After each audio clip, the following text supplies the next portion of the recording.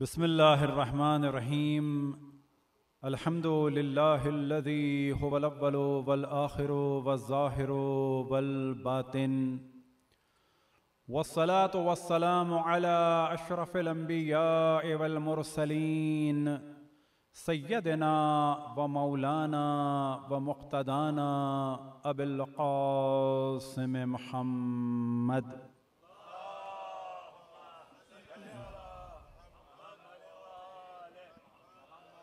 वअला अहले बैतिहि तय्यबीन अत्ताहिरीन अल-मअसूमीन सिय्यमा बक़ियतुल्लाहि फ़िल अराज़ीन महदिय्यिल मुंतज़र अरवाहुना व अरवाहुल आलमीन लितुराब मक़दमिहिल फ़िदा व लअनतुल्लाहि अला आदाइहिम व मुनकिरी फ़ज़ाइलिहिम व गासिबी हुक़ूक़िहिम इला क़यामि यौमिद्दीन। वक़ाल अल्लाहु तआला व हुवा अस्दक़ुल क़ाइलीन क़ुल ला अस्अलुकुम अलैहि अजरन इल्लल मवद्दत फ़िल क़ुरबा। वक़ाल रसूलुल्लाह सल्लल्लाहु अलैहि व आलिहि वसल्लम इन्नी तारिकुम फ़ीकुम अस-सकलैन किताबल्लाहि व इतरत अहले बैती मा इन तमस्सकतुम बिहिमा लन तज़िल्लु अबदा हत्ता यरिदा अलैयल हौज़। वक़ाल इमामुल हुसैन अलैहिस्सलाम इन्नी लम अख़रुज अशरन वला बतरन वला मुफ़सिदन वला ज़ालिमा इन्नमा ख़रजतु लितलब इस्लाहि फ़ी उम्मति जद्दी रसूलिल्लाह उरीदु अन आमुर बिल मारूफ़ व अनहा अनिल मुनकर व असीर बसीरत जद्दी रसूलिल्लाह व अबी अली इब्न अबी तालिब सलावत।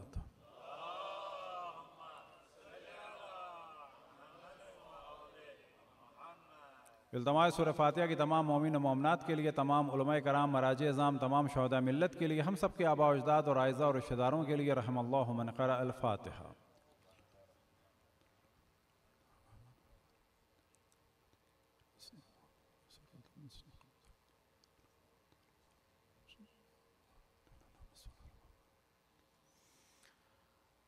किसी भी नबी ने कभी भी कुछ नहीं मांगा तो अशरफुल अंबिया ने मांगा, और वो भी बेहुक्म खुदावन तबारक व ताला मांगा। और उस मांगने का ज़िक्र सिर्फ रिवायात में नहीं है कि उन्हें ज़ईफ़ कह के फरामोश कर दिया जाए, उस मांगने का ज़िक्र कुरान मजीद में है। क़ुल ला अस्अलुकुम अलैहि अजरन इल्लल मवद्दत फ़िल क़ुरबा, कि ए मेरे हबीब कह दो कि मैं तुमसे अपनी रिसालत की कोई भी उजरत किसी भी किस्म की तलब नहीं करता, मगर ये कि मेरे क़ुरबा से मवद्दत करो। जब आप दुनिया से जाने लगे तो आपने तवज्जो दिलाई कि मैं तुम्हारे दरमियान दो गिरां कदर चीज़ें छोड़ के जा रहा हूँ, एक किताब खुदा, दूसरे मेरे अहले बैत। जब तक तुम इन दोनों से वाबस्ता रहोगे उस वक्त तक गुमराह ना होगे, यहाँ तक कि ये दोनों मेरे पास हौज़ कौसर पर पहुँच जाएंगे। फिर सकलैन पर सख्त तरीन वक्त आया, कुरान पर भी हमले हुए, कुरान भी नेज़ों पर चढ़ाए गए, तो दूसरी जानिब सकलैन को भी कत्ल किया गया, जेलों में डाला गया, असीर किया गया। इमाम हुसैन का सर नौके नेज़ा पर बुलंद हुआ, रसूल की नवासियों को असीर किया गया। और जब इमाम मदीने से निकल रहे थे तो इरशाद फरमाया कि मैं अकड़, तकब्बुर, फ़साद या जुल्म के लिए मदीने से नहीं निकल रहा, मैं सिर्फ़ और सिर्फ अपने जद कि उम्मत की इस्लाह के लिए निकला हूँ। मैं चाहता हूँ कि अम्र बिल मारूफ़ करूँ, नहीं अनिल मुनकर करूँ, अपने जद रसूल अल्लाह और अपने वालिद की सीरत पर अमल करूँ। खुदावन तबारक व तआला का शुक्र है कि उसने हमें तौफ़ीक़ अता फ़रमाई कि रसूल की रिसालत की उजरत को मवद्दत अहले बैत अलैहिमुस्सलाम के ज़रिए से अदा करें। हमारे आबा व अजदाद करते रहे, अल्लाह सुब्हानहू व तआला का शुक्र है कि हम कर रहे हैं। और दुआ है कि बेहक़ मोहम्मद व आले मोहम्मद, खुसूसन बेहक़ खून मुक़द्दस हज़रत फ़ातिमा सलामुल्लाह अलैहा, हमारी नस्लों को भी अहले बैत अलैहिमुस्सलाम के साथ वाबस्ता रहने और उनका ज़िक्र करने और उनकी मवद्दत को अंजाम देने और इमाम ज़मान अलैहिस्सलाम के असहाब और अंसार में शामिल फ़रमाए। इस दुआ की कबूलियत के लिए बर मोहम्मद व आले मोहम्मद सलावत।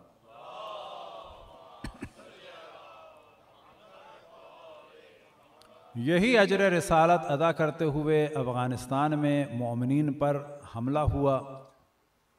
2 हमले हो चुके हैं कि जिसमें जो इत्तला है, मुमकिन है कि आदाद व शुमार में इख्तलाफ हो, ज़ाहिर मीडिया में है कि 50 के करीब मोमिनात ज़ख्मी हुई हैं और कुछ मोमिनीन भी ज़ख्मी हुए हैं, और ISIS वालों ने इसको हमले की ज़िम्मेदारी को कबूल किया है। अब अफ़गानिस्तान में जब शिया मारे जाते हैं वो ISIS पर डाल दिए जाते हैं और तालिबान कहते हैं कि हमारा उनसे इख्तलाफ है। क्योंकि पहले भी हमने तवज्जो दिलाई थी कि हमारी कोशिश होती है कि जो भी वाक़या या चीज़ हो कि जिसका ताल्लुक़ अहले बैत अलैहिस्सलाम के मकतब से हो, उस जानिब तवज्जो दिलाई जाए। दूसरी जानिब हम देखते हैं कि गज़ा में इसराइल ने हमला किया है कि जिसमें अब तक तकरीबन, जो अभी हम खुद चेक कर रहे थे, तो 27 अफराद का है। गज़ा अलग है, वेस्ट बैंक अलग है। गज़ा मुख्तसर सा इलाक़ा है कि जहाँ पर हमास के पास है हुकूमत, और वेस्ट बैंक बड़ा इलाक़ा है कि जहाँ पर यासिर अराफ़ात के तरफदारों की पावर है। वहाँ पर यानी वेस्ट बैंक में बुग़्ज़ अहले बैत या तो नहीं है या इंतहाई कम है। गज़ा में बुग़्ज़ अहले बैत वाले हैं, क्यों कि वहाँ पर सल्फ़ियत और वहाबियत है। तो पहले हम तवज्जो दिलाएं कि हमारे यहाँ भी गज़ा का ज़्यादा ज़िक्र किया जाता है और करना चाहिए, लिहाजा हम लफ्ज़ ज़्यादा को इस्तेमाल किया है। हमने ये नहीं कहा कि हमारे यहाँ गज़ा का ज़िक्र किया जाता है तो गलत है ना, ज़्यादा किया जाता है, होना चाहिए। कश्मीर का भी ज़िक्र हो, गज़ा का भी हो, लेकिन पाकिस्तान और अफ़गानिस्तान के अहले बैत के चाहने वालों को नहीं भुलाना चाहिए। और ये भी याद रखें कि गज़ा हो या कश्मीर हो और पाकिस्तान हो, अफ़गानिस्तान हो, ये दो अलग अलग केसेस हैं। मीडिया वाले भी बदमाशी कर रहे हैं और हमारे तो कर ही रहे हैं, अफसोस के साथ। कि हमने पहले भी तवज्जो दिलाई थी कि इराक़ में स्पाइगर के मकाम पर जुलाई 2014 में दुनिया में सबसे बड़ा कत्लेआम हुआ। तालिब इल्मों का 1700 स्टूडेंट कत्ल किए गए, 1700। ये ज़िम्मेदारी है आप सबकी कि इन चीज़ों को मशहूर करें। लेकिन दुनिया में किसका जिक्र होता है? पेशावर में आर्मी पब्लिक स्कूल का 115 बच्चे, वो भी हमारे बच्चे थे, उनके मारने वाले भी देवबंदी थे, आसमान से नहीं आए थे। हमारे बच्चों को मारने वाले भी ये देवबंदी और सल्फी मकतब फ़िक्र के थे। 1700 थे, मगर वो कि स्पाइगर की कैडेट कॉलेज पर हमला किया था। 15 साल से 20-21 साल के बच्चे थे, कुछ उसमें बड़े भी थे, लेकिन 1700 में से अक़ल्लन 1650 बच्चे थे।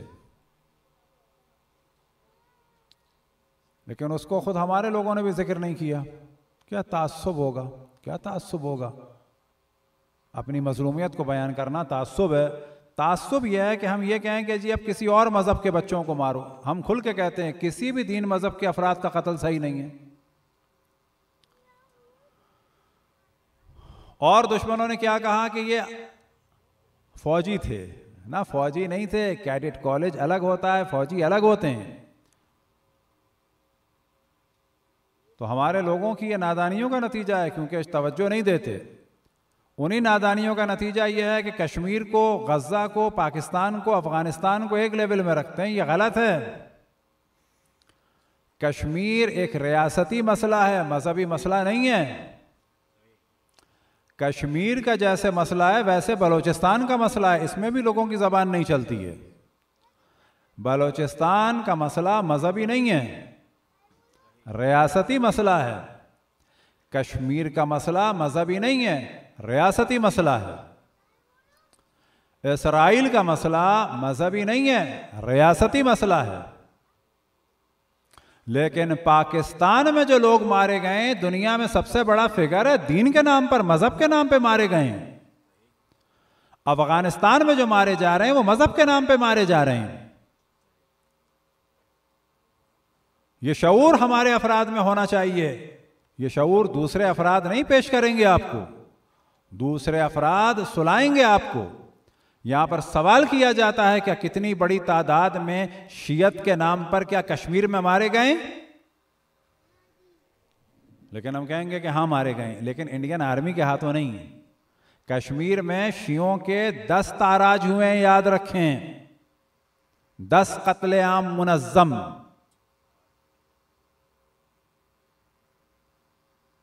और वो सब के सब किए मुतास्सिबीन ने, दुश्मनान अहले बैत ने। और आज हमारे लोग उन्हीं मुतास्सिबों को पावर दिलाना चाहते हैं, पाकिस्तान में भी और कश्मीर में भी, जिनको मुजाहिद कह के पेश किया जाता है। उनके इलाकों में आज़ादारी नहीं हो सकती, तो सोचें कि जब ये पावर में आ जाएंगे तो क्या होगा। कश्मीर के मोमिनीन को भी शऊर नहीं है, अगर वहां कोई आलिम गुफ्तगू करता है तो उसके पीछे लग जाते हैं। बाबा सवाल करो कि कश्मीर के वो लोग, अगर मजलूम है, हम सब मजलूमों के साथ हैं, लेकिन सवाल करो कि कश्मीर के वो मुजाहिद कि जो अपने मोहल्ले से रसूल के नवासे का जुलूस नहीं गुजरने दे रहे, कश्मीर के वो मुजाहिद कि जो हुसैन का नाम लेना पसंद नहीं करते, क्या उन्हें हक पहुंचता है कि वो इंडिया की मुखालफत करें जबकि यजीद के दफा करते हों? इंडिया की मुखालफत जरूर करें, मजलूमों की हिमायत जरूर करें, लेकिन इंडिया की मुखालफत से पहले रसूल की नवासियों को असीर करने वालों की मुखालफत तो करो। कश्मीर के मजलूमों की हिमायत से पहले रसूल के नवासे और नवासियों की हिमायत तो करो। क्या तुम अपनी मस्जिदों में रसूल के नवासे का परचम नस्ब करने दोगे किसी को? बेशक या ना लिखो, या से प्रॉब्लम है, हुसैन तो लिखो। हमारे वहां पे नादान लोग चाह रहे हैं कि इन मुतासिबों को हुकूमत दे दी जाए। खुल के मौलवियों में भी जरूरत नहीं है बात करें, हम करते हैं आखिर में। आप उन मुतासिबों को मुजाहिद बना के कश्मीर पेश करना चाह रहे हैं कि जिन्होंने पहले 10 दफा ताराज किया है शियों का।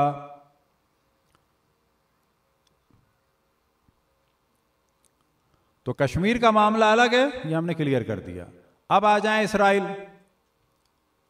इसराइल में यहूदी अलग मामला है, ज़ायनिस्ट अलग मामला है, मिक्स नहीं करना चाहिए।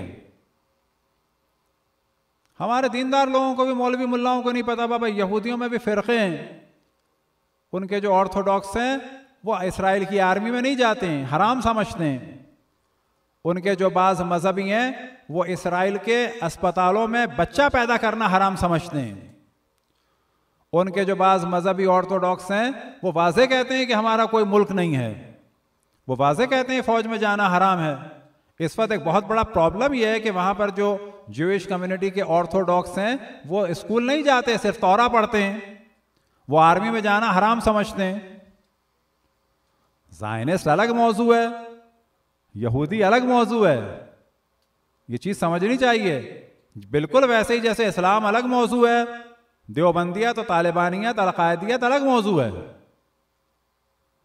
अगर हम ये परेशान हैं कि यूरोप वाले तमाम मुसलमानों को तालिबान और अलकायदा समझ रहे हैं, तो आप भी तो इतने ही अकल के हैं, आप भी तमाम यहूदियों को ज़ायनिस्ट समझ रहे हैं। अगर उनमें अकल नहीं है तो आप में कहां अकल है? अगर वो मुसलमानों पर जुल्म करने वालों को अच्छा कह रहे हैं क्योंकि मुसलमान दहशतगर्द हैं, तो आप भी तो यहूदियों पर जुल्म करने वाले हिटलर को अच्छा कह रहे हैं। आपसे मुराद ना कि शिया, अल्हम्दुलिल्लाह शिया नहीं हिटलर की तारीफ करते और नहीं करनी चाहिए, लेकिन हमारे अहले सुन्नत तारीफ करते हैं हिटलर की। क्यों? यहूदियों के बग़्ज़ में, कि जिसने टेक्नोलॉजी बनाई कि जो दुनिया में कभी ऐसा नहीं हुआ कि जदीद टेक्नोलॉजी बनाकर एहतमाम कर कर किसी कौम को इस तरह से कत्ल किया गया हो। बस किसी के भी जुल्म की तायीद नहीं होनी चाहिए, लेकिन जो असल मसला है कि वो रियासती मसला है। लेकिन अफगानिस्तान में मजहब के नाम पे मारा गया है और हंगामे हो रहे हैं। अब ये कहा जाए कि जो ISIS वाले हैं, तो सवाल ये पैदा होता है कि जो पाकिस्तान में इस वक्त FIR कट रही है, पंजाब में खुसूसन, वो किस बेस पे कट रही है? वो किस बेस पर कट रही है शियों पर FIR? लगातार अंदरूनी सिंध और पंजाब में आज़ादारी पर FIR कट रही हैं। क्या गज़ा में नमाज पढ़ने पर FIR कटती है? या मिसाल के तौर पर ख़ुद इसराइल में मुसलमानों को इबादत करने पर पाबंदी है, या वेस्ट बैंक में पाबंदी है? आंखें बंद कर लेने से मसाइल हल नहीं होते, डिस्कस करना चाहिए। हमारा पूरा एक डिस्कशन है कि जब इंजीनियर मोहम्मद अली ने कहा था शियत ख़त्म हो चुकी है और ये दो फ़िरक़े ख़त्म हो गए हैं, एक मिसाल के तौर पे ज़ाहिरन बरेलवियों को कहा था और एक शियों को, ये मर गए हैं, ख़त्म हो गए हैं, अब कोई दुनिया में शिया नहीं होगा, चलती फिरती लाश हैं। तो हमने पूरी एक सीरीज़ बनाई थी, मिस्र में शिया, अलजाज़ायर में शिया, त्यूनिस में शिया, फ़लस्तीन में शिया, काफ़ी थी। तो उसमें मख़सूसन आप लोग जाके देखें फ़लस्तीन में शिया, यही फ़लस्तीन के हमास वाले कि जिनको ईरान ने भी सपोर्ट किया, लुबनान ने भी किया, अच्छा किया, मज़लूम को करना चाहिए सपोर्ट। लेकिन आपको ताज्जुब होगा जब वहाँ पर कुछ लोग शिया हुए और उन शिया नौजवानों ने अपनी मलेशिया बनाई। उन बनाने वालों में सर फहरिस्त है हिशाम सालिम। उस मलेशिया का नाम था, इन चीज़ों को लिखें पढ़ें, उस मलेशिया का नाम था अस्साबिरीन। 2019 में वो पूरी मलेशिया जो है ख़त्म कर दी। नहीं मालूम उसके जवान जिंदा हैं कि मार दिए गए। किन लोगों ने? यानी इस्माइल हानिया ने और खालिद मशल की पार्टी अल हमास ने। यहां इनको ख़त्म किया गया, लेकिन इनका जिक्र फिर भी किया तो किसने किया? यासिर अराफात वालों में, क्योंकि वो ज़रा लिबरल हैं। यानी हम लोगों का हाफजा इतना ख़राब है कि 2019 में हमारी पूरी मलेशिया गायब हो गई और हम जिक्र करने को तैयार नहीं है, और हमने उसका जिक्र किया तो कहा जाए ये एजेंट है। यानी अपना भाई अगर हमारा कत्ल हो जाए उसका हम जिक्र ना करें, हमारे अफराद कत्ल हो जाएं उनका जिक्र ना करें, उनको गायब कर दिया जाए उनका जिक्र ना करें। तो जो कौम बेदार नहीं होती, जो कौम अपने फ़ज़ाइल को नहीं जानती, जो कौम अपने मसाइब को नहीं जानती, जो कौम अपने दोस्तों को नहीं जानती, जो कौम अपने दुश्मनों को नहीं जानती, जो कौम अपने माजी को नहीं जानती, जो कौम अपने हाल को नहीं जानती, वो कौम हमेशा ज़लील और रुस्वा होती है। तो सबसे ज़्यादा डिस्कस करने की ज़रूरत है इस वक्त कि पाकिस्तान में और अफ़गानिस्तान में लगातार शियों को निशाना बनाया जा रहा है, कत्ल किया जा रहा है, और ये जो मुख्तलिफ मज़ाहिब वाले हैं इनकी टीम्स बनी हुई हैं। धोखा नहीं खाना चाहिए किसी आदमी से कि वो आके हमारे साथ बैठे और किसी कॉन्फ्रेंस में आ जाए, टीम ए, टीम बी, टीम सी, टीम डी, ये सब एक हैं और मारते हैं, ये प्री प्लान काम करते हैं। इनके चेहरे अलग अलग हैं। ये पंजाब की यूनिवर्सिटियों में या पाकिस्तान की यूनिवर्सिटियों में इलेक्शन के वक्त बन जाते हैं जमीयत, लेकिन यौम इमाम हुसैन के दिन बन जाते हैं ये सिपाही सहाबा। नई चीज़ों को फरामोश करना चाहिए, नई धोखों में आना चाहिए, लेकिन हाँ हमें किसी पर जुल्म नहीं करना चाहिए, लेकिन जुल्म करने वालों को और उनकी साजिशों को ज़रूर पहचानना चाहिए, और फिर हमें बताना चाहिए कि तुम कितने ही जुल्म कर लो, लेकिन हम सिरात मुस्तकीम से हटकर तुम पर जुल्म नहीं करेंगे, क्योंकि तुम मानने वाले हो माविया के और हम मानने वाले हैं अली इब्न अबी तालिब के। सलवात पढ़ें बर मोहम्मद व आले मोहम्मद।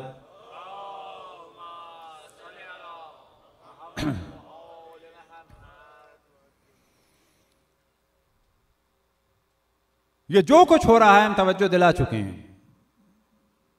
इन सब के आइडियल वही लोग हैं जिन्होंने बच्चों को भी ज़िबा किया, जो सबब बने वाक़े करबला का, कि तफसील से हम तवज्जो दिला चुके हैं और बार बार दिलाते हैं, बताने के लिए कि याद रखें कि जिस मज़हब या दीन के लोग भी दहशतगर्दों को आइडियल बनाएंगे, उनके फ़ज़ाइल पढ़ेंगे, उनके अमल को अमल इस्लामी करार देंगे, उनके अमल को हुज्जत करार देंगे, उनके अमल के ज़रिए से हराम व हलाल निकालेंगे, और जबकि वो जानते हों कि वहाँ पर बाज़ मर्दों ने भी और औरतों ने भी कत्लेआम के बाज़ार गर्म किए, दहशतगर्दी के बाज़ार गर्म किए, उनको वो आइडियलाइज़ करते हैं, तो उनमें ये दहशतगर्दी नज़र आना एक फितरी सी बात है। और अगर आपको दहशतगर्दी ख़त्म करनी होगी तो पहले उन दहशतगर्दों की हैसियत को और अहमियत को चैलेंज करना होगा और बताना होगा कि ये अशरफुल अंबिया के खिलाफ थे। जब उनका मकाम गिरेगा तो खुद ब खुद ये दहशतगर्दी का सिलसिला मुनक़ता हो जाएगा। मौला अमीरुल मोमिनीन के मुकाबले में भी यही लोग थे, और मौला अमीरुल मोमिनीन का सिलसिला जो शुरू हुआ जुल्म का, वो भी वही नज़रियात थे। मौला अमीरुल मोमिनीन के चाहने वालों के साथ जो हो रहा है वही सिलसिला चल रहा है। जबकि मौला अमीरुल मोमिनीन अशरफुल अंबिया के खलीफा और जानशीन थे। और खलीफा और जानशीन के बारे में गाय बगाए हम बताते रहते हैं कि हम एक ही हस्ती को खलीफा मानते हैं और उसी हस्ती को इमाम मानते हैं। ये जहन में ना लाएं कि हम खिलाफत को नहीं मानते ना, हम खिलाफत को भी मानते हैं, इमामत को भी मानते हैं, मौला अमीरुल मोमिनीन ही को खलीफा मानते हैं, उन्हीं को इमाम मानते हैं। खलीफा इस एतबार से कि वह अशरफुल अंबिया के खल्फ में थे, यानी उनके जानशीन थे, उनके सक्सेसर थे। इमाम इस उन्वान से कि वो तमाम मुसलमानों के पेशवा हैं और इमाम हैं। लेकिन हैं ये एक ही ज़ात। और हमेशा हमने तवज्जो दिलाई है कि इस तरह तसव्वुर करें, नबूवत, इमामत और उम्मत। अब ये जो इमाम हैं ये खलीफा हैं नबी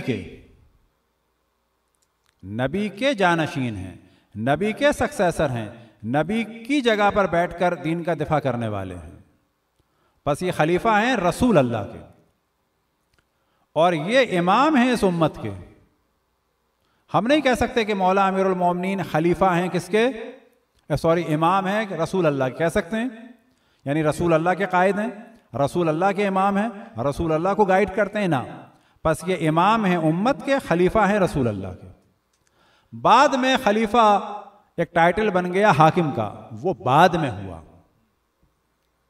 जैसे रोमन एम्पायर में सीजर यानी कैसर, वो एक टाइटल बन गया। मिस्री एम्पायर में फिरौन, मुसलमान बादशाहों के लिए खलीफा हो गया। लेकिन खलीफा के असल माना है रसूल का जानशीन, रसूल का सक्सेसर। मौला अमीरुल मोमिनीन कि जिनकी सबसे बड़ी अफजलियत है मार्फत खुदाबंद तबारक व तआला। अब याद रखें कि तौहीद के ठेकेदार बने हुए हैं बहुत सारे लोग, इसमें भी हमारी गलती है। हमारी गलती क्यों है? हमारी गलती इस वजह से है कि वो शोर मचाते हैं, हम जवाब नहीं देते। हमें बताना पड़ेगा कि जो तौहीद अहले बैत अलैहिमुस्सलाम ने दी है उसकी कोई मिसाल नहीं है। हमारे यहाँ तौहीद, तौहीद दर हकीकत अहले बैत से है। वहां पर रिवायतें हैं कि खुदाबंद तबारक व तआला जो है उसकी घुंघरियाले बाल हैं, मोटी मोटी रानें हैं, बगैर दाढ़ी के है, अमरद। अमरद कहते हैं उस नौजवान को दाढ़ी ना निकली हो। यानी जिनके यहाँ ये नजरिया हो अल्लाह सुब्हानहू व तआला के बारे में कि वो अमरद है, बगैर दाढ़ी मूछों का जैसे नौजवान, घुंघरियाले बाल हैं, मोटी मोटी रानें, अर्श पर बैठता है तो अर्श चरचर करता है। यानी उनको हमने मजाल दी हुई है कि वो हम पर एतराज करें अल्लाह सुब्हानहू व तआला के बारे में। जो मार्फत हमारे यहाँ है वो उनके है ही नहीं। यही तो वजह हुई कि इमाम ज़ैनुल आबिदीन अलैहिस्सलाम की दुआ को चोरी करके जो है वो खलीफा से मंसूब करना पड़ा। नहीं है ना दुआ। और हमारे यहाँ जो है वो पूरी लाइन लगी हुई है। ये सहीफ़ा सजादिया है, ये एक मजमुआ है इमाम ज़ैनुल आबिदीन अलैहिस्सलाम की दुआओं के, और मजीद मजमुए हैं। ये एक मजमुआ है जो जनाब ईसा बिन ज़ैद के ज़रिए से नक़ल हुआ है। वल्ला इमाम ज़ैनुल आबिदीन की दुआओं का एक पूरा, अशरफुल अंबिया की दुआओं का मजमुआ है, मौला अमीरुल मोमिनीन की दुआओं का मजमुआ है, सहीफ़े फ़ातिमा है, सहीफ़े हसनिया है, सहीफ़े हुसैनिया है, सहीफ़े सज्जादिया है, सहीफ़े बाक़रिया है, पूरे सिलसिले हैं। वजह यह है कि अल्लाह सुब्हानहू व तआला से जो राज़ो नियाज ये कर सकते थे वो तो वो कर ही नहीं सकते थे। मिसाल के तौर पर दुआए कुमैल। अब दुआए कुमैल को आमतौर पे जब निस्बत दी जाती है जनाब कुमैल से तो उसके माना ये हैं कि हम तक पहुंचने में जो एक वास्ता बने वो जनाब कुमैल बने। लेकिन ये दुआ किससे उन्होंने ली? मौला अमीरुल मोमिनीन से। लेकिन इससे ज़्यादा अजीब बात है, आपको ताज्जुब होगा, दर हकीकत ये दुआए खिज़्र है। यानी मौला अमीरुल मोमिनीन को इल्म है कि जनाब खिज़्र किन अल्फाज में अल्लाह से राज़ो नियाज का फरमाते हैं। जनाब खिज़्र के अल्फाज को मौला अमीरुल मोमिनीन ने नकल किया जनाब कुमैल से, तो ये हो गई दुआए कुमैल। लेकिन दर हकीकत ये दुआ है जनाब खिज़्र की। अब आप तसव्वुर करें कि मौला अमीरुल मोमिनीन को इल्म है कि जनाब खिज़्र कैसे अल्लाह सुब्हानहू व तआला से राज़ो नियाज फरमाते हैं। सलवात पढ़ें बर मोहम्मद व आले मोहम्मद।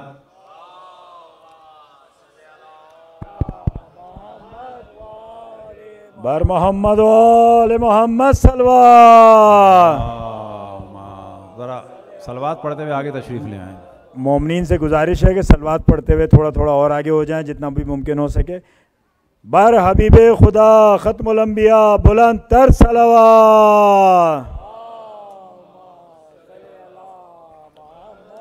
माशाल्लाह माशाल्लाह, जल्द से जल्द आगे हो जाएं। बर मोहम्मद वाले मोहम्मद सलवा।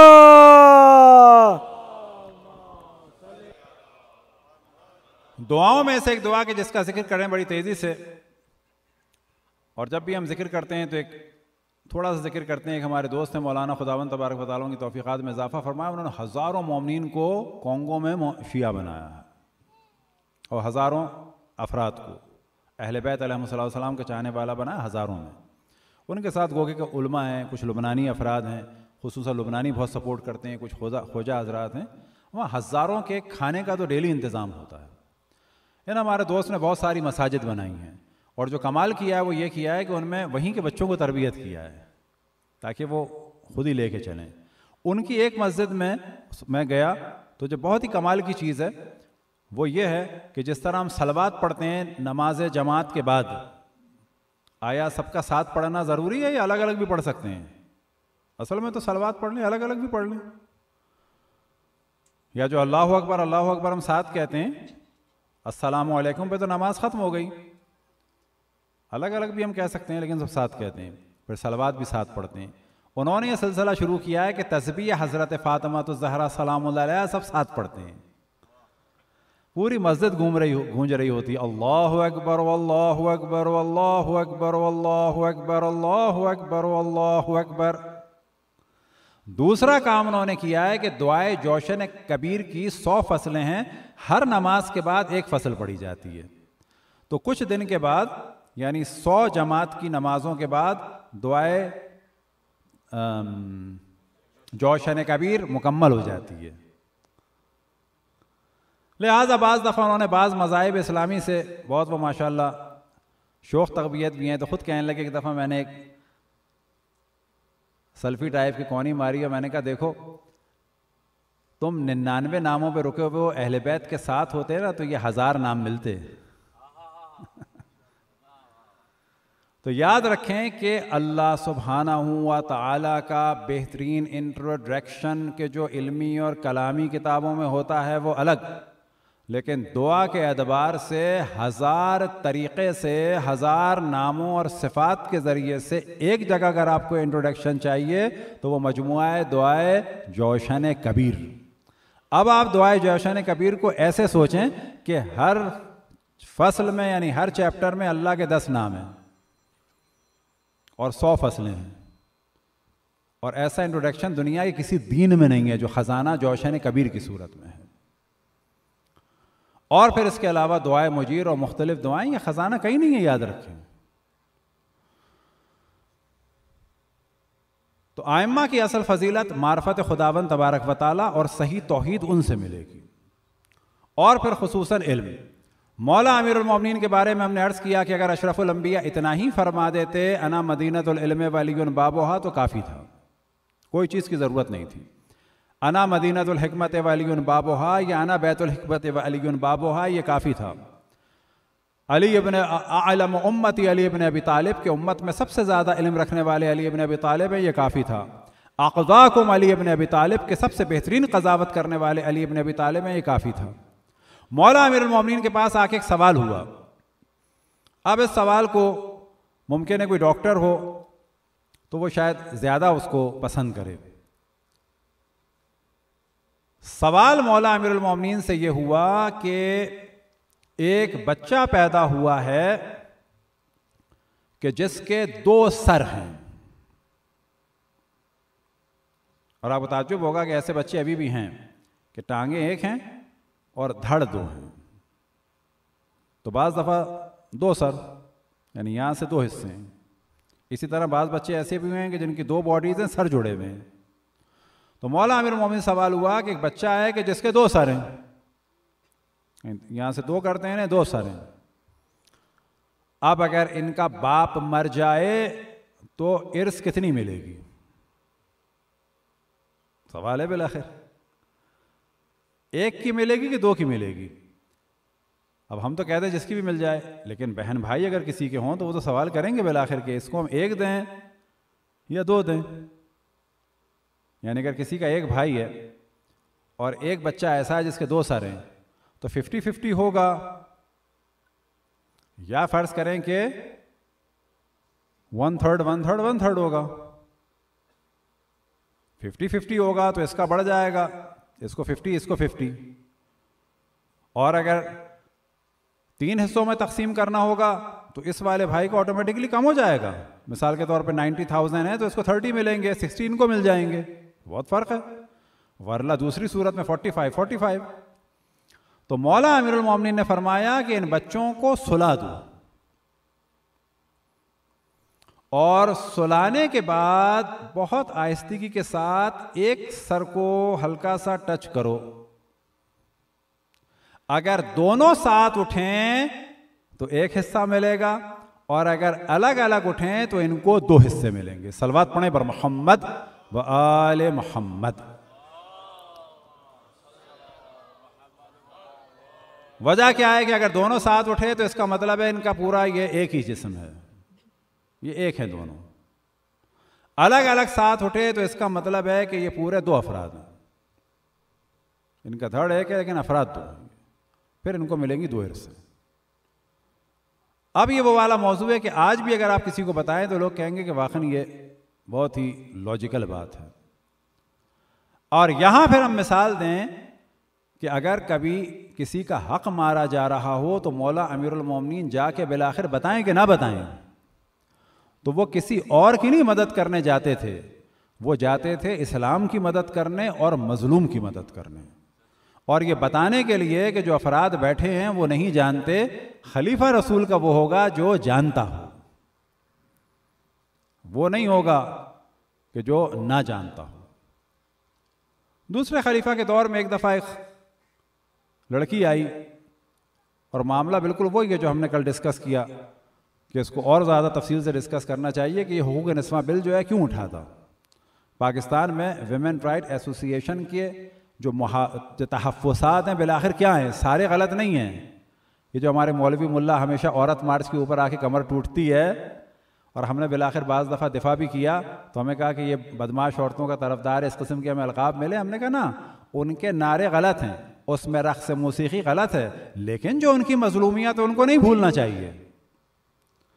मौलवी मुल्ला और दीनदारों का तरीक़ा ये होता है, सो कॉल्ड दीनदार, कि बिलाखिर जो है वो दबाया जाए, क्योंकि अक्सर अदियान इस रविश पर होते हैं कि ख़वातीन को दबाना है। इस्लाम ये कहता है, इस्लाम वाकई मोहम्मदी अलवी व फ़ातिमी हसनी हुसैनी कि जुल्म गलत है, ना मर्द पे जुल्म हो ना ख़वातीन पे जुल्म हो, हकदार को हक दिया जाए। तो कल एक हमने प्रॉब्लम बताया था कि अगर एक खातून की आबरू पामाल की जाए, फिर उसके प्रेग्नेंट हो जाए, तो या तो वो उस आदमी को पकड़ के लाए, और अगर ना ला सके तो क्या होगा, उसको बेचारी को सज़ा होगी। क्यों? कि गवाह लेके आए वो, या गवाह लाए कि उसके साथ ज़्यादती हुई है, गवाह कहाँ से लाए, या उस आदमी को लाए, वाकई मुश्किल हो गई। मौला अमीरुल मोमिनीन ये मसला पहले बयान कर चुके हैं कि एक दफ़ा एक खातून को ले जाया जा रहा था संसार करने के लिए, और वह हामिला थी, और मौला अमीरुल मोमिनीन गुजरे तो उस खातून को रो रही थी, और मौला अमीरुल मोमिनीन पूछा क्या हुआ, और कहा कि इसको वापस लेके चलो, और वापस ले गए। और वापस ले जाने के बाद कहा कि किसने, ये क्या तुमने फैसला किया है? कहा कि इसका शौहर नहीं है, ये हामिला है। तो आपने वहां पर चंद चीज़ों को डिस्कस किया कि जिनमें से एक आपने फरमाया कि इससे इकरार लिया है। कहा कि ना, मेरे हबीब ने बताया है कि कैद में और सख्ती के ज़रिए इकरार लिया जाए, उसकी हैसियत नहीं है। ये आज का जदीद मौजू है। वाकई मार पीट के इकरार की हैसियत नहीं है इस्लाम में वाकई में, कि ऊँट को इतना मारो कि कहे कि हाँ मैं खरगोश हूँ, हाँ खरगोश को इतना मारो कि कहे कि हाँ मैं ऊँट हूँ, ये इकरार की हैसियत नहीं है इसकी। तो मौला अमीरुल मोमिनीन ने पहली बात की कि इसने इकरार किया है, और इसने इकरार किया है तुम्हारी सज़ा में, तुम्हारे खौफ में, इस इकरार की हैसियत नहीं है। और दूसरी बात यही कि जब ये कह रही है कि इसके साथ ज़्यादती हुई तो मानना पड़ेगा, साबित नहीं है। ज़िना कब साबित होगा? जब गवाहों ने देखा हो। लेकिन मौला अमीरुल मोमिनीन ने एक और मौजू उठाया कि अगर मान भी लिया जाए कि इसने गुनाह किया है तो इसके जो पेट में बच्चा है उसकी क्या सजा है? जो इसके पेट में बच्चा है उसकी सजा बताओ क्या है?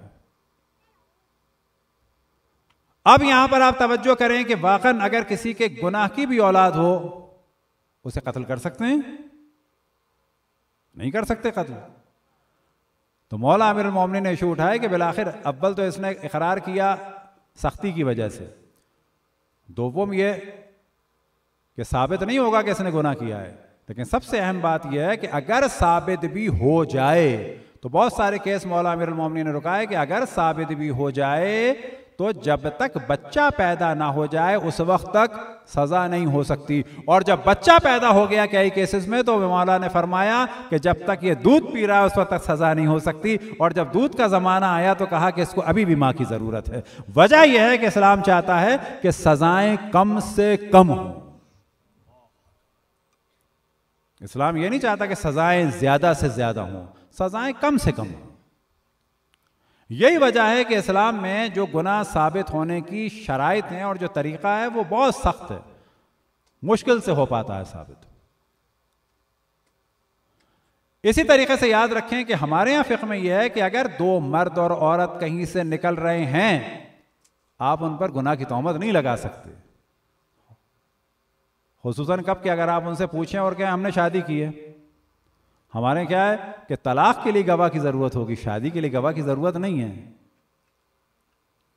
ताकि हलाल खुदा आसान हो जाए। किसी पे इतनी जल्दी तोहमत नहीं लगा सकते। कोई कह दे कि हमने शादी की, आपको मानना होगा।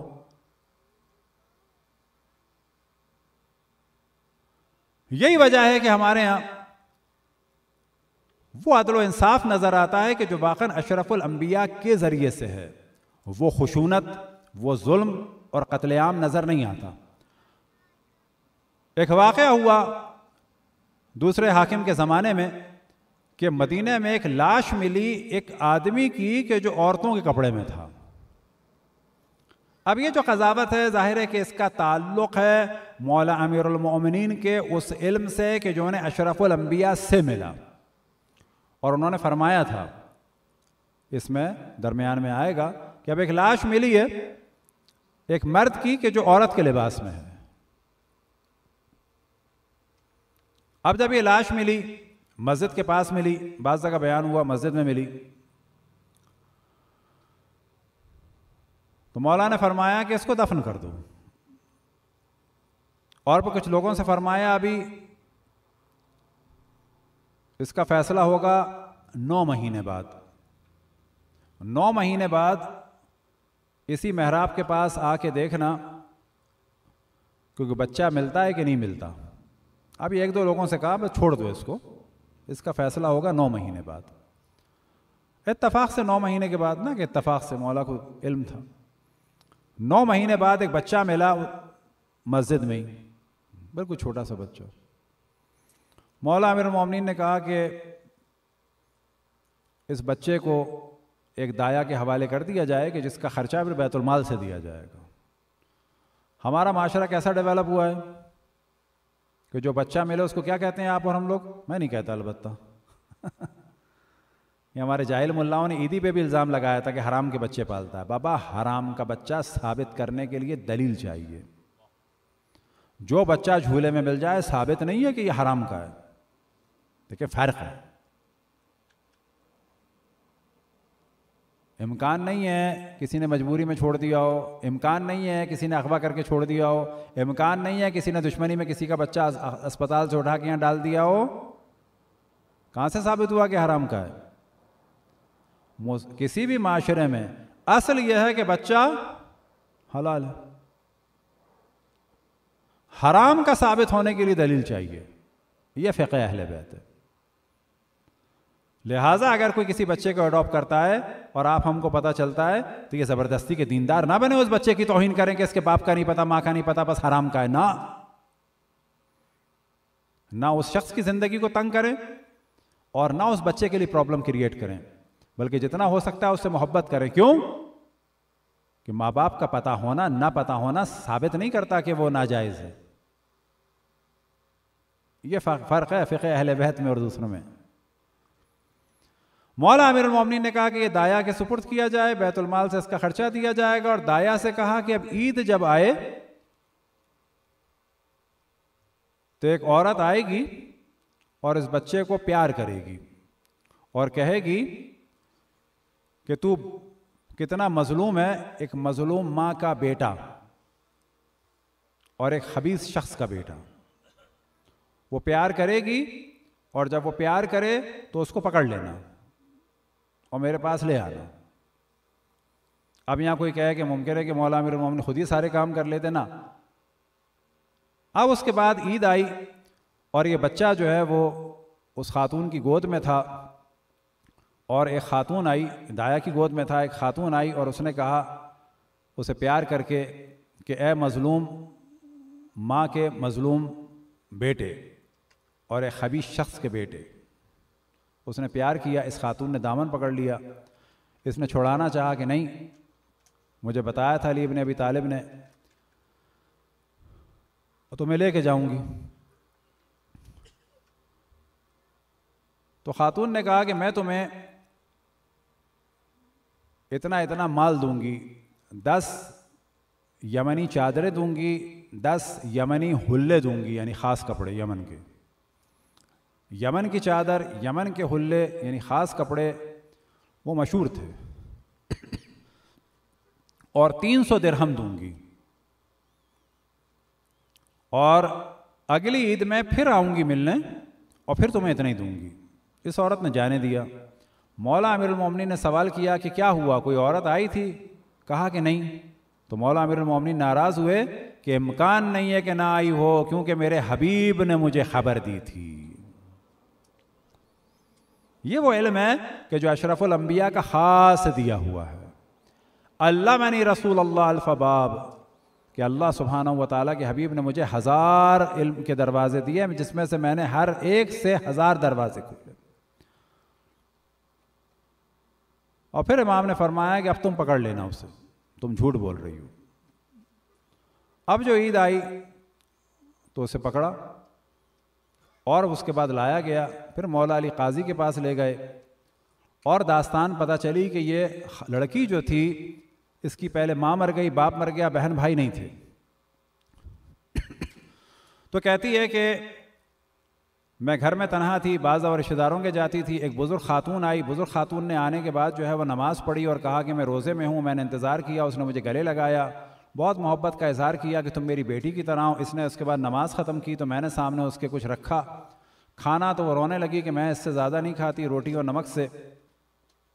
और फिर उसके बाद नमाज में लग गई। उसके बाद इसने आना जाना शुरू किया और बाद में उसने कहा कि मैं कहीं जा रही हूँ और तुम इतनी खूबसूरत हो तो मैं चाहती हूँ कि किसी को तुम्हारे यहाँ रख जाऊँ।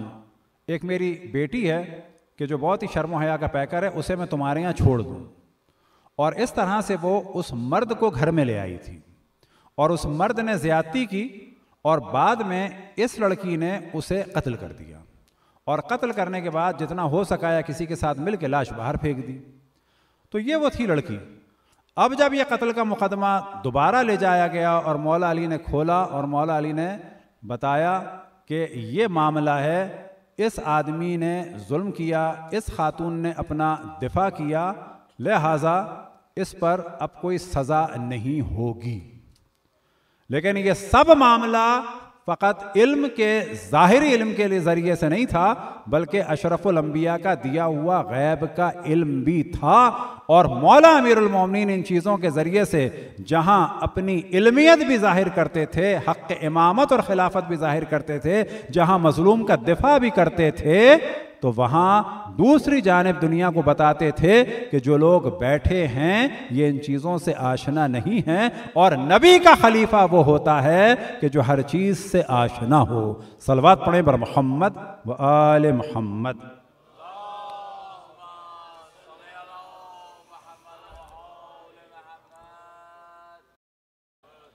अब एक मौजू को के इस पर डिस्कस करना मुमकिन हो कि समझे मुनासिब नहीं है, लेकिन इसका ताल्लुक़ है इमाम ज़मान अलैहिस्सलाम की कि बाग को आबाद करने से रिलेटेड, और छोटे शहरों का ज़्यादा बड़ा प्रॉब्लम है। और उसको कोई दोबारा हम कह रहे हैं, कोई ना सोचे कि इस वक्त इसका टाइम नहीं था ना, इसका ताल्लुक़ है बिल्कुल एक हमारी पूरी अगली जनरेशन से, वो है शादियों का मौजू।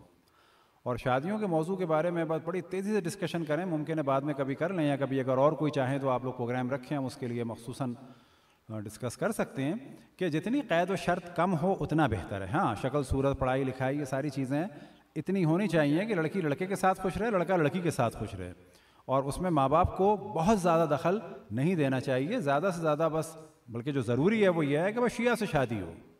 सैयद वाली कंडीशन भी बहुत ज़्यादा नहीं लगानी चाहिए, ना लड़की की जानिब से ना लड़के की जानिब से। दूसरा जो है, अपने बच्चों के जहन में डालें कि तुम्हें शिया से शादी करनी है, तुम पाकिस्तानी शिया नहीं हो, तुम कैनेडियन शिया हो। उधर ईरानियों और लबनानियों, आज़रबाईजानियों के और तुर्कों के और अफ़गानियों के जहन में भी डालें यू आर कैनेडियन शिया, और आप लोग शादी कर सकते हैं। ये जितना आप जहन में डालेंगे उतने चांसेस बढ़ेंगे और शादियां आसान होंगी। और माँ बाप जो है, इतनी बात तो वाज़ेह है कि माँ बाप की आमतौर पर बहू से नहीं बननी और समधियों से भी नहीं बननी, तो फिर ये क्या है कि हमारे समधी जो हैं वो अफ़गानी होंगे तो प्रॉब्लम होगा। बाबा वो अफ़गानी है, उसकी बात हम नहीं समझेंगे, वो हमारी बात नहीं समझेंगे। लड़की लड़का समझ रहे हैं, इनको समझने दें। तो शादी को आसान बनाएं और इनकी शादियां होने दें। ज़्यादा तफसील से बात नहीं कर रहे हैं कि इस वक्त वो ज़माना आ रहा है कि लोग शादियां ही नहीं कर रहे हैं। जो अच्छी तरीके से काम हो रहा है उसको होने दें, आसान करें, सपोर्ट करें और दायरा वसी करें। अफ़गानी से हो, ईरानी से हो, लबनानी से हो, अफ़गानी से हो, आज़रबाईजानी से हो, तुर्की से हो, इंडियन से हो, पाकिस्तानी से हो, सैयद हो, नॉन सैयद हो, खोजा हो, पंजाबी हो, बलोच हो, सबके जहन में डालेंगे तुम लोग कनाडा के शिया हो। वो सारी चीज़ें तुम्हारे माँ बाप थे। वो सलवात पढ़ने पर मोहम्मद व आले मोहम्मद। अलबत्ता अमेरिका को भी शामिल कर लें, नॉर्थ अमेरिका। आज का दिन जो मंसूब मसाइब के अतबार से हज़रत अली अकबर अलैहिस्सलाम से है, और मसाइब में बाज़ जो चीज़ें पढ़ेंगे उसको हम चाहते हैं कि ज़रा डिस्कस करें, ताकि वो जो बाज़ सवालात जहन में आते हैं या जो जहन में एकदम से आ सकता है कि ये बात लॉजिकली नहीं लगी, तो उसके पीछे है क्या वजह। सबसे पहले हम डिस्कस करते हैं कि हज़रत अली अकबर, आया हज़रत अली अकबर बड़े थे या इमाम ज़ैनुल आबिदीन अलैहिस्सलाम बड़े थे। ज़्यादा जो मशहूर कौल है शेख मुफीद के ज़रिए से वो ये है कि इमाम ज़ैनुल आबिदीन अलैहिस्सलाम बड़े थे, यानी 23 के थे, और हज़रत अली अकबर अलैहिस्सलाम जो हैं वो 18 के थे। लेकिन एक और कौल भी है कि वो 26 के थे और इमाम ज़ैनुल आबिदीन अलैहिस्सलाम जो हैं वो 23 के थे। तो अब यहाँ पर इसको हमेशा तारीख़ी मसला समझना चाहिए, लेकिन मशहूर यही है कि वो बड़े थे, यानी इमाम ज़ैनुल आबिदीन अलैहिस्सलाम बड़े थे और वो सिर्फ अली थे। यानी आप जहन में ये रखें कि एक अली हैं इमाम ज़ैनुल आबिदीन, वो सिर्फ अली हैं।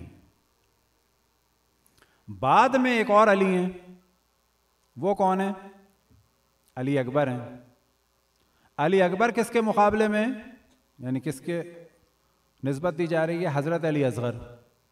ठीक है, तो बात हो गई क्लियर। इमाम ज़ैनुल आबिदीन बड़े हो गए, हज़रत अली अकबर उनसे छोटे हो गए, लेकिन अकबर हैं। किसके अकबर हैं? असगर से। लेकिन हज़रत अली असगर तो अभी 6 महीने के हैं,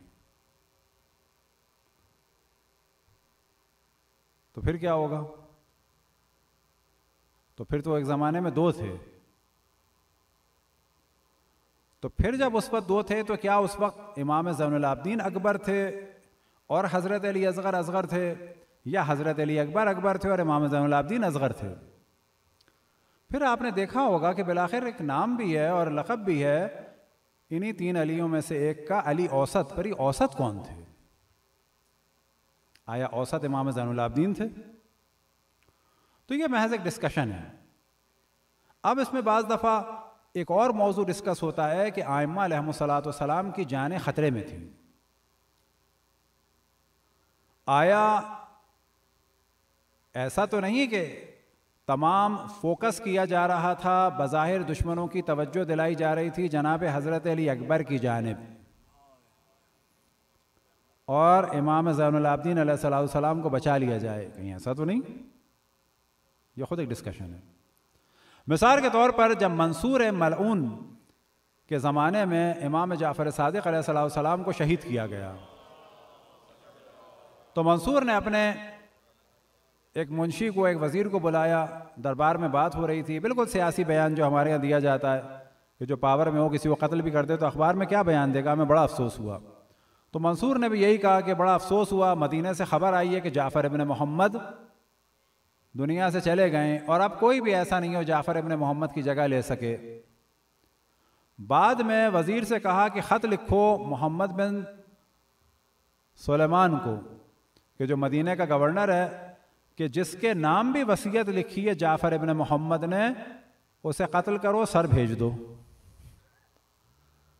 बाद में इसी मुंशी से जब नकल हुआ तो उसने कहा कि जो जवाब आया और जवाब मैंने पढ़ के सुनाया तो मैं भी हंसा और मंसूर भी हंसा।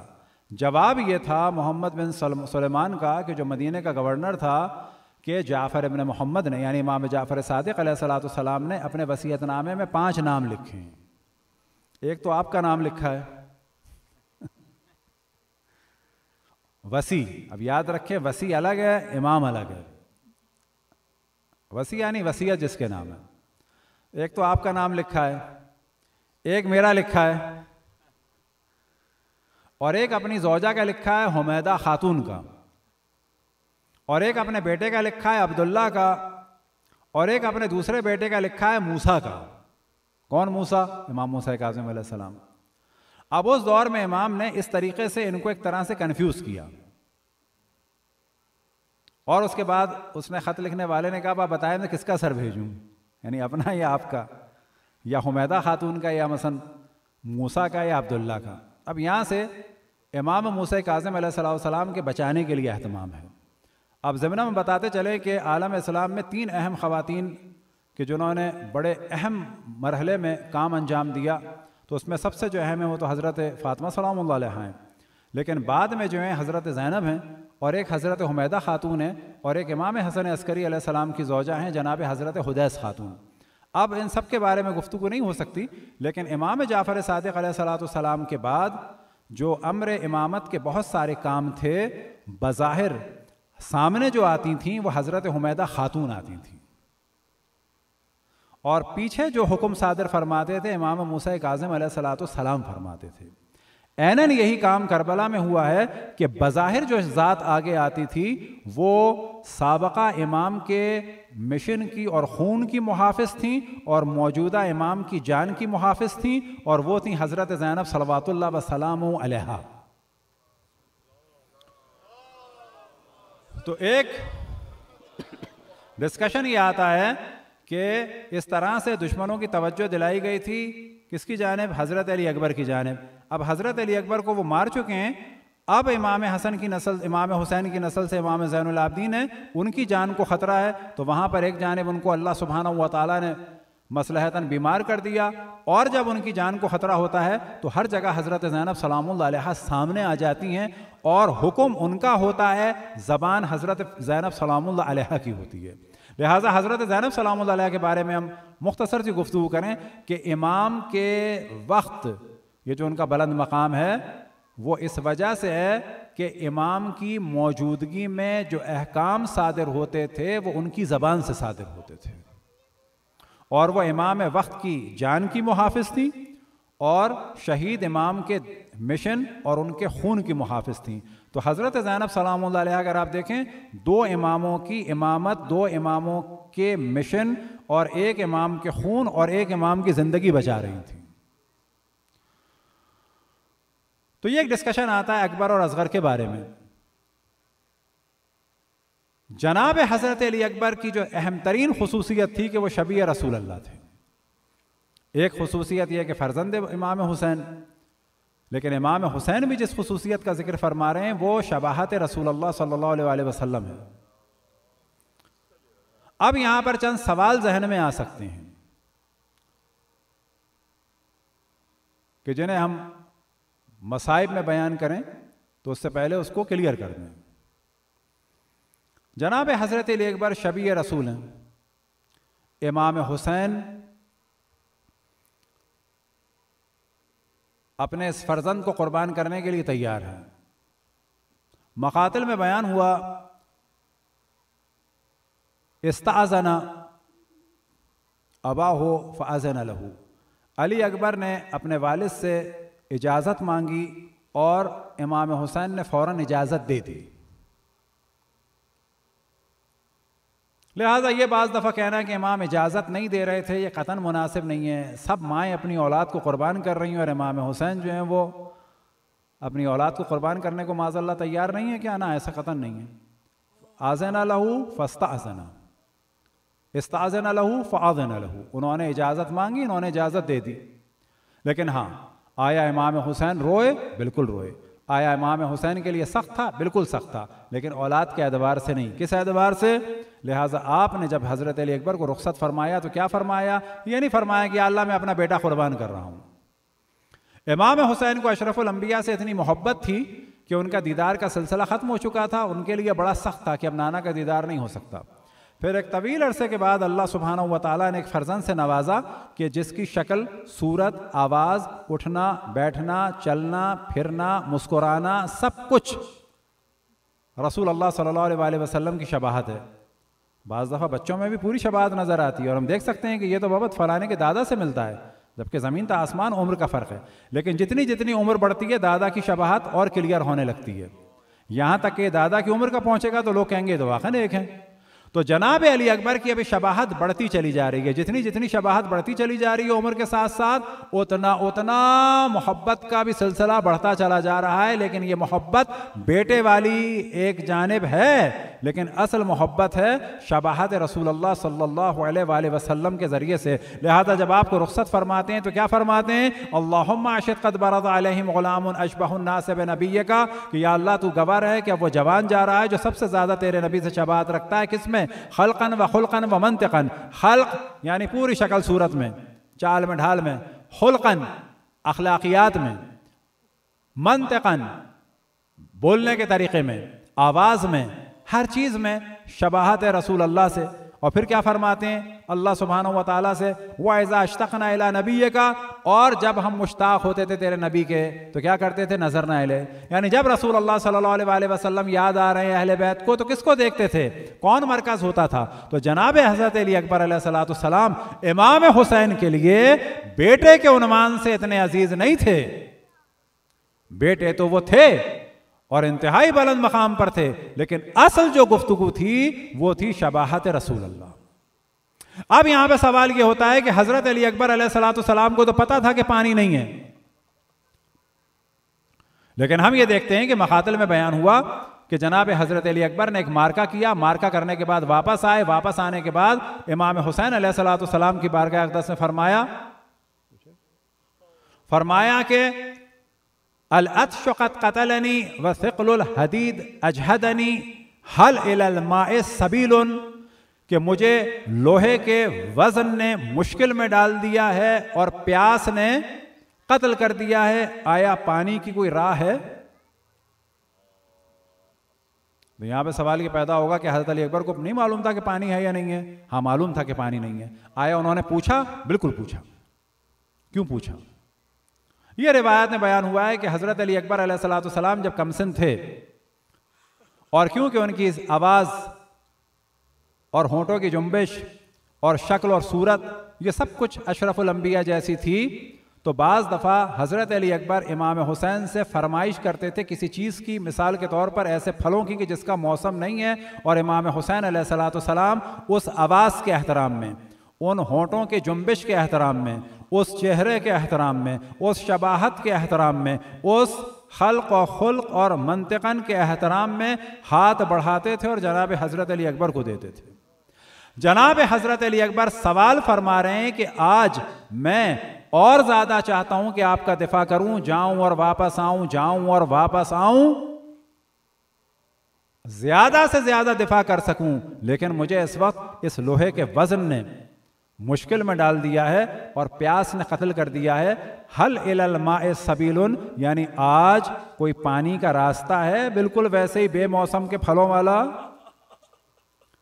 अभी अपनी प्यास नहीं बुझाना चाह रहे हैं कि और प्यासे चले गए लेकिन मैं सिराब हो जाऊं ना, सिर्फ ये कि वो जानते थे कि मेरे बाप के लिए इस शबी रसूल का कत्ल होना मेरे बाप के लिए, मेरा नहीं, इस शबी रसूल का खाक में मिलना और अहले हरम में से एक शख्स का जाना मेरे बाप के लिए सख्त है।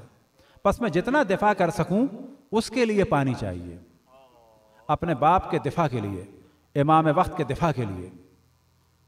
और इमाम हुसैन का इम्तिहान यह है कि आज उस आवाज को सुनकर भी पानी नहीं देना है।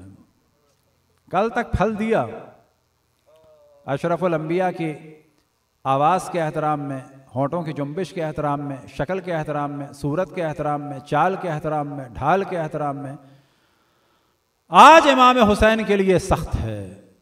लिहाजा एक कैफियत नज़र आती है कि जो मकातिल में है कि जिसको आप समझें कि जिस वक्त इमाम हुसैन जिस वक्त हज़रत अली अकबर अलैहिस्सलाम अस्प बावफ़ा से ज़मीन पर आए हैं और इमाम हुसैन को निदा दी है, तो इमाम हुसैन के गम को कम करने के लिए आप जानते हैं क्या फरमाते हैं?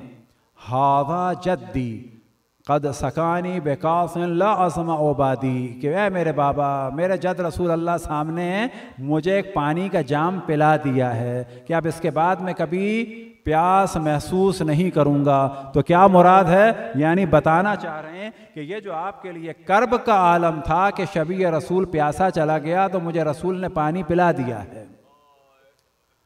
अजरुकुम अल्लाह। अब हम मसाइब को बयान करते हैं, उन नुकात को जहन में रखें। एक वक्त आया कि इमाम हुसैन के पास जनाब अली अकबर आए हैं कि जो अहले बैत में से पहले शहीद हैं। बाज़ जगह बयान हुआ है कि अब्दुल्ला इब्न मुस्लिम इब्न अकील पहले शहीद हैं, जनाब मुस्लिम इब्न अकील के फ़र्जंद कि जो मौला अमीरुल मोमिनीन के नवासे भी हैं। लेकिन जो ज़्यादा मशहूर कौल है और ज़ियारत नाहिया में भी है कि अव्वल क़तील सुलालत नबी से जो हैं वह हज़रत अली अकबर हैं। एक वक्त आया कि जनाब हज़रत अली अकबर इमाम हुसैन के पास आए और इजाज़त तलब की। इमाम हुसैन ने इजाज़त दे दी, लेकिन याद रखें कि मोहब्बत का ये आलम है कि जितनी ज़्यादा मोहब्बत हो उतना इम्तिहान सख्त होता है। जनाब हजरत इब्राहीम अलैहिस्सलाम का जो इम्तिहान था वो फर्जंद के जरिए से था, लेकिन इम्तिहान सख्त होता चला गया। तसव्वुर करें कि जो ज़ात 99 साल की उम्र में या बाज़ जगह 100 साल से ज़्यादा का जिक्र हुआ, उस उम्र में अल्लाह से दुआ करने वाले जनाब इब्राहीम ने क्या 25 और 30 और 35 और 40 और 45 और 55 साल की उम्र में दुआ नहीं की थी? लेकिन अल्लाह ने दुआ नहीं सुनी। अंबिया की दुआ कबूल होती है, लेकिन बाज़ दफ़ा देर में भी होती है और उसी के ज़रिए से इम्तिहान भी होता है। हज़रत इब्राहीम की दुआ कबूल हुई, अल्लाह सुब्हानहू व तआला ने फ़र्जंद से नवाजा और फिर यह हुक्म दिया कि अब इसे बयाबान में छोड़ाओ, फिर यह हुक्म हुआ कि वापस आ जाओ, फिर यह हुक्म हुआ कि कभी कभी जाओ, और अब जब यह जवान हो गया तो हुक्म हुआ कि अब इसे अल्लाह की राह में कुर्बान कर दो। जनाब हज़रत इब्राहीम ने खंजर चलाया था, हवा में नहीं चलाया था, खंजर चलाया था किसी गोश्त पर, और खून की गर्मी भी महसूस हुई थी। हजरत इब्राहीम ने अपना काम कर दिया था, लेकिन अल्लाह सुब्हानहू व तआला ने शदीद इम्तिहान लिया था और फिर उसके बदले एक गोश्तफंद आ गया और फिर ज़िब्ह अजीम इमाम हुसैन अलैहिस्सलाम की सूरत में हुआ। अजरुकुम अल्लाह। लेकिन इमाम हुसैन का इम्तिहान हो रहा है शबाहत रसूल अल्लाह की वजह से, जनाब अली अकबर के जरिए से। एक वक्त आया कि जनाब हजरत अली अकबर आए, इमाम हुसैन ने इजाज़त दी, खुद सवार किया और फिर जनाब अली अकबर ने दुश्मनों पर हमला किया और फातेह खैबर के जलवे नमूदार हुए, अल-अमान की निदाएं बुलंद होने लगी। लेकिन जनाब हजरत अली अकबर का काम क्या था कि हर कुछ देर के बाद आते थे अपने बाबा के पास और अपनी फुफियों को अपना चेहरा दिखा दें। वजह क्या थी कि आप जानते थे कि मेरे बाप के लिए शबी रसूल को खाक में मिलना बड़ा मुश्किल काम है और मेरे वालिद ने एक कुर्बानी दे दी है, लेकिन मेरी जिम्मेदारी यह है कि मैं अपने बाप को अपना नहीं अपने रसूल का दीदार कराता रहूं। और इमाम हुसैन आखिर वक्त में भी रसूल का दीदार करते रहे। जनाब हजरत अली अकबर आते थे और दीदार कराते थे। एक दफा आके इरशाद फरमाते हैं, अल-अत्श क़द क़तलनी व थक़लुल हदीद अजहदनी, कि मुझे प्यास ने कत्ल कर दिया, दिया और लोहे के वजन ने मुश्किल में डाल दिया। आया पानी की कोई राह है? इमाम हुसैन ने फरमाया कि नहीं। और बाज़ जगह बयान हुआ कि अपनी अंगुश्तर मुबारक, और बाज़ जगह बयान हुआ ज़बाने इमामत को दाखिल किया। ये वो ज़बाने इमामत है, ये वो ज़बाने रिसालत है, ये वही इमाम हुसैन है कि जिनकी पहली ग़िज़ा ज़बाने रिसालत से मिली। ये वही इमाम हैं कि बेहुक्म खुदावंद तबारक व तआला इनकी ज़बान से चश्मा जारी हो सकता है। लेकिन आज हुसैन ने अपनी ज़बान जब अली अकबर के दहने मुबारक में रखी तो इस ज़बान इमामत से भी चश्मा जारी नहीं हुआ। हुसैन का इम्तिहान सख्त है कि शबी रसूल को प्यासा जाना है। जनाब अली अकबर दोबारा नर में गए। रन में जाने के बाद मुकाबला किया, हर जानिब से हमले होने लगे। अब एक वक्त आया कि एक निदा बुलंद हुई, अस्सलामु अलैका या बता, अस्सलामु अलैका या रसूल अल्लाह, अस्सलामु अलैका या हबीब अल्लाह। इमाम हुसैन उठे, अली अकबर की जानिब बढ़ना शुरू किया। और बाज़ मकातिल में ज़बान हाल के तौर पर बयान हुआ कि कहाँ जनाब इमाम हुसैन जाए, किस जानिब आगे बढ़े। तो एक जानिब तलवारें उठ रही हैं, तलवारें नीचे आ रही हैं। इमाम हुसैन समझ गए कि जिसकी जानिब तलवारें उठ रही हैं, जिस पे ये तलवारें पड़ रही हैं, यहीं पे जनाब अली अकबर हैं। उसी जगह पहुंचे, उन सब पर हमला किया, सबको हटाया। रिवायात में नकल हुआ वक़तलूहु बिअस्याफ़िहिम इरबन इरबा, अली अकबर को तलवारों के वार से कत्ल करके टुकड़े टुकड़े कर दिया। अब जो पहुंचे तो बर्छी लगी हुई है, सीने से खून उबल रहा है। ए जनाब हाजरा तशरीफ लाइए, या जनाब हजरत इब्राहिम तशरीफ लाइए, या जनाब हाजरा कल मक्के की सरजमीन में दश्त मक्का में जनाब इस्माइल प्यासे थे, एड़ियां रगड़ रहे थे, कदमों से पानी का चश्मा जारी हुआ। आप घबरा गई, घबरा के कहा ज़मज़म आए करबला के मैदान में और देखें अपने फर्जंद हुसैन को कि उसका बेटा एड़ियां रगड़ रहा है और खून का चश्मा जारी है, लेकिन एड़ियों के पास से नहीं बल्कि सीने से खून उबल रहा है। आपने ज़मज़म कहा, पानी के चश्मे को, लेकिन हुसैन ने ज़मज़म न कहा, इस खून के चश्मे को, बल्कि एक जुमला कहा, इन्ना लिल्लाह व इन्ना इलैहि राजिऊन रिज़न बिक़ज़ाइही व तस्लीमन लिअम्रे। अपने गालों को जनाब अली अकबर के गालों पे रख दिया। फ़क़द वज़ा खद्दहु अला खद्दिही, हुसैन ने अपना रुखसार अली अकबर के रुखसार पर रख दिया। खैमे से जनाब ज़ैनब गिरिया करते हुए निकली। वाओ खैया व बनाओ खैया, अपने आप को अली अकबर के जिस्म पे गिरा दिया। ए मेरे भैया और ए मेरे भैया के बेटे।